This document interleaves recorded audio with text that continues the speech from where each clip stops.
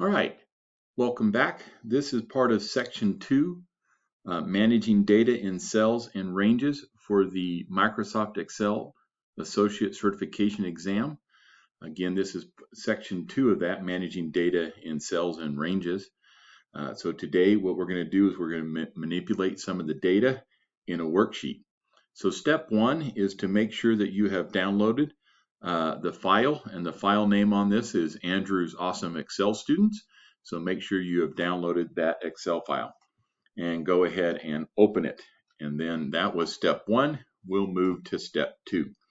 So step 2 is we're going to do a little bit about merging in center and merging across cells.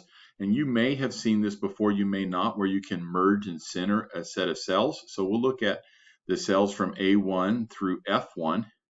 And here in the home button on this right side, right here under alignment, we have merge and center, which is what a lot of people use.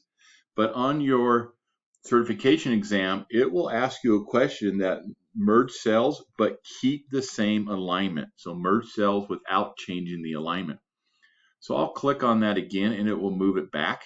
So on your assignment, it will say something like merge cells between A1 and E1 or A1 and F1 without changing the alignment. So in this case, what we would do is we would highlight, and for this case it's A1 through F1, and we are going to merge the cells, align them into one cell without changing the alignment. And to do that, there's a drop down on this merge and center here under the alignment grouping on the home tab.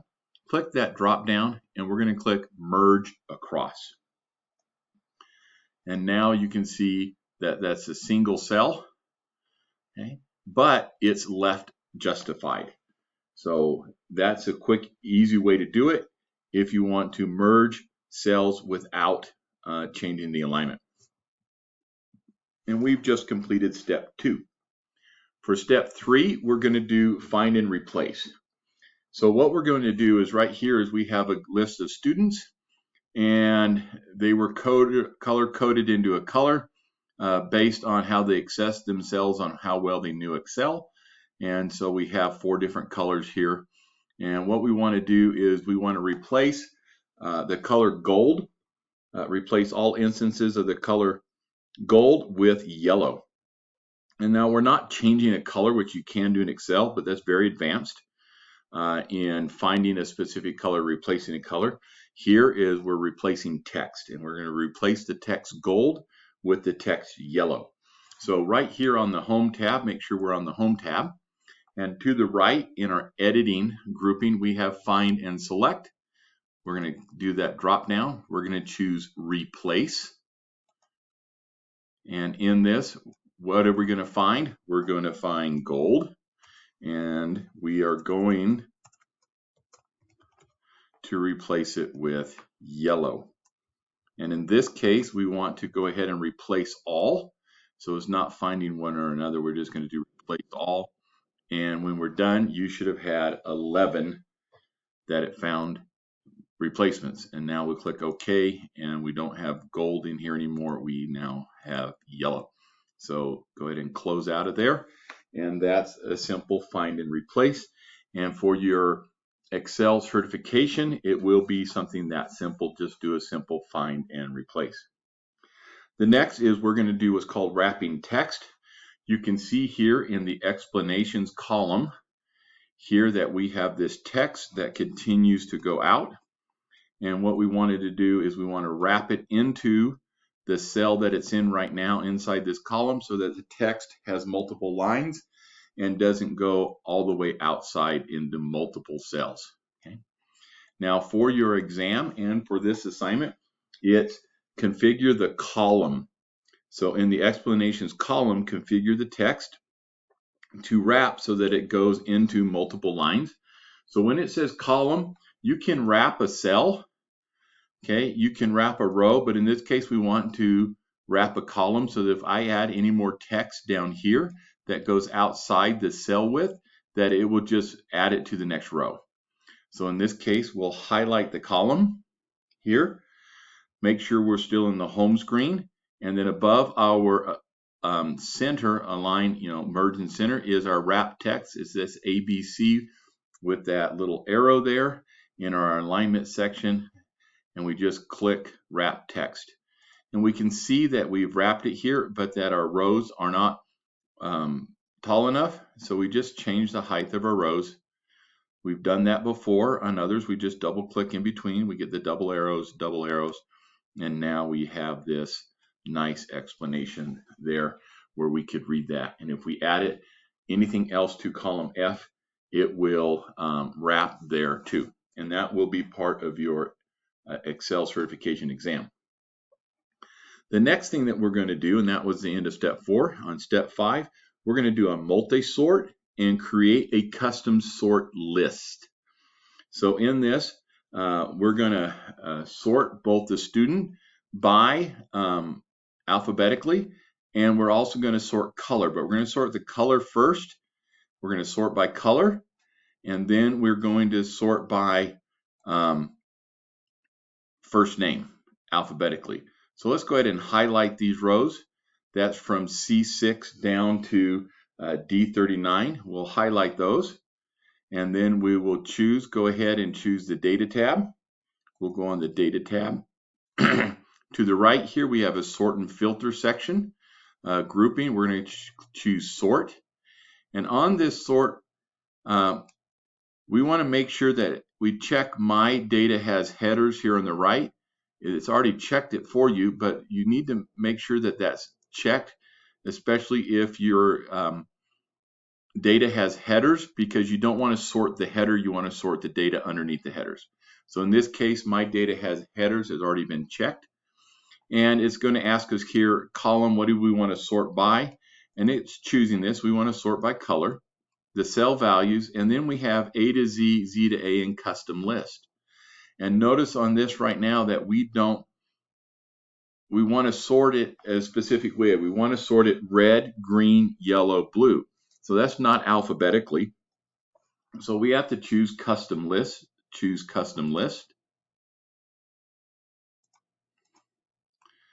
Now it brings up this list, and notice I already have this one here. I'm going to go ahead and delete that because yours won't have it on there. We want to do a new list. We'll click add on new list. And what are our list entries? We said we wanted it to be red, comma, green, comma, yellow, comma, and then blue. Okay, and go ahead and click add, and then we're going to choose that one as OK. Now, don't click OK right now, because right now it would sort it by that. Then we would have to come back and sort it alphabetically. But while we're in this sort, we can add another level. So we got to think about the priority of what we're doing when we want to sort. So in this case, we don't want to sort by name first and then by color, because then you would have alphabetical names and then you would have all different colors. So we want to group it by color, then by alphabetical name. So we're going to add to the level. That's why we sort by color first and then by, and we're going to choose student, and we're going to leave it A to Z and the cell values. And click OK, and we see that we have all the reds, then the greens, yellows, and blue. Okay, so we've just completed step number 5 on this. Now, step number 6 is we're going to do something called conditional formatting. And this is setting a specific rule for a cell or a group of cells. So we're going to change the color fill of the text. So right now, here in what we just sorted, we have it say red and then green. We're actually going to change it. We're going to put a conditional formatting on this where we're going to make red have red fill in the background with a bright red text on it. And then green's going to be green fill in the background. And then we're also going to make it yellow, same thing with yellow and blue. Now on your exam and in here, it says the columns. So in the color columns, so when it says that, we're just not going to change the text. We're going to change the column. We're going to set a rule for the column. So if we ever add students and their color, it will automatically format that to the color and that we want based on the text. So the first thing that we're going to do is we're going to highlight column D here. And in highlighting column D, we'll make sure we were in the home button. We were in the data button. We're going to go to the home button. And we're going to go to conditional formatting, and it's in the styles section here. So click on the drop down of conditional formatting, and we're going to do this 4 times, but you need to pay attention all the way to the 4th time, because we're going to write our condition itself on the formatting and not choose one. So under conditional formatting, we're going to choose highlight cell rules, and we're going to choose the rule that says text that contains. And so for the very first one, we're going to look at text that contains the word red. And this one's automatically chosen for us. And this is the one that's automatically there each time. So we're going to choose this light red field with dark red text and click OK. And we see anything in here that is red has this color. And notice this, if I actually add a name or something down here, it's red there too. Okay. That's not part of what you need to do. I'm just showing you that because we formatted the entire column, it set a condition for the entire column in there.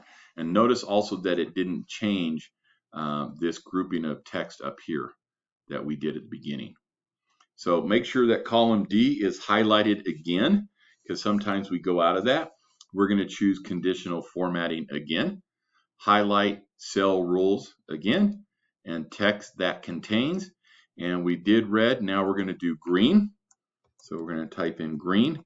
And notice that because it has this light red fill already chosen, the green's that color, but we're going to choose green fill with dark green text.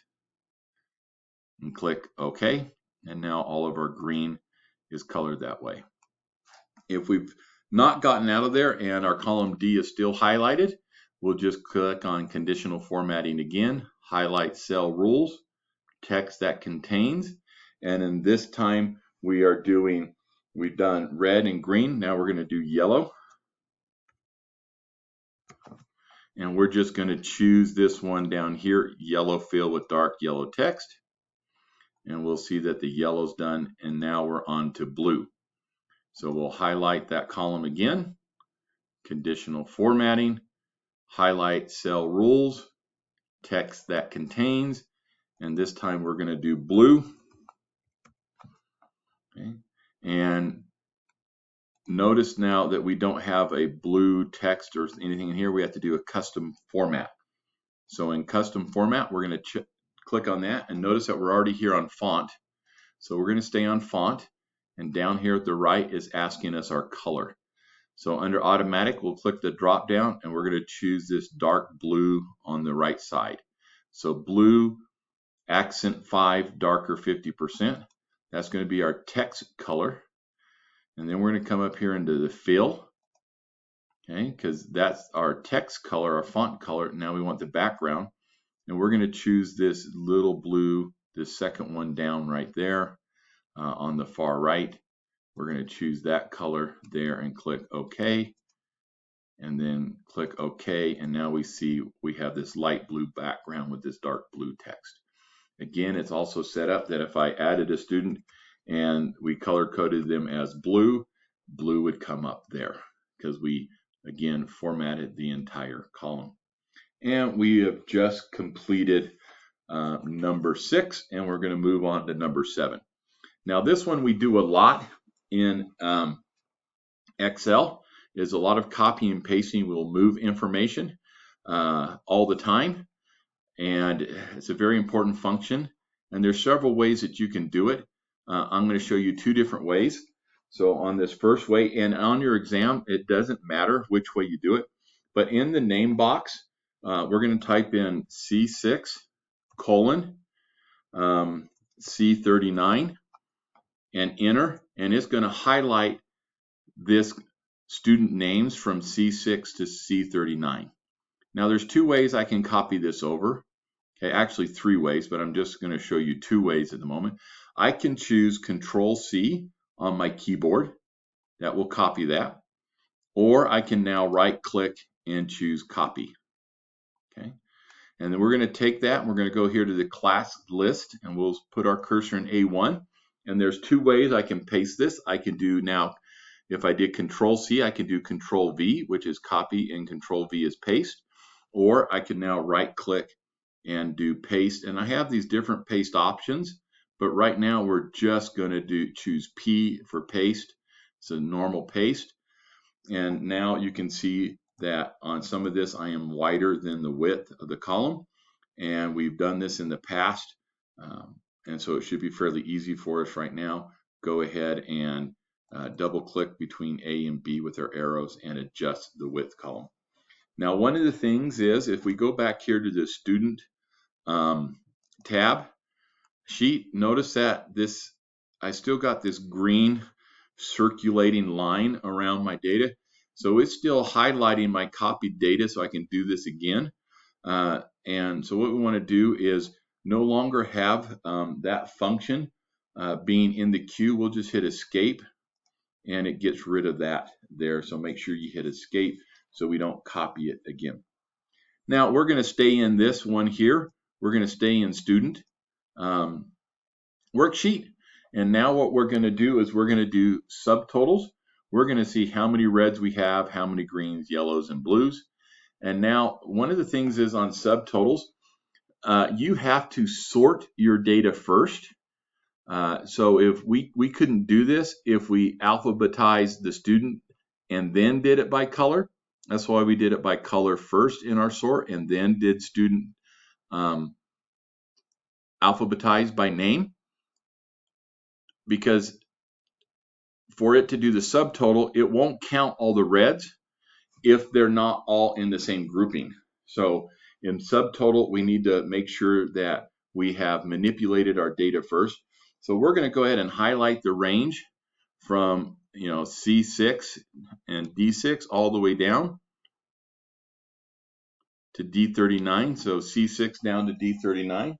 We're going to click on the Data tab again. And now way over here to the right is we have a subtotal on there.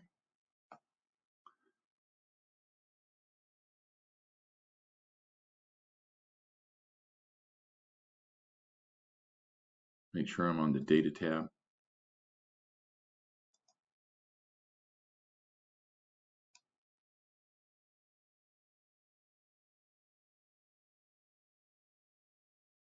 And where is my subtotal?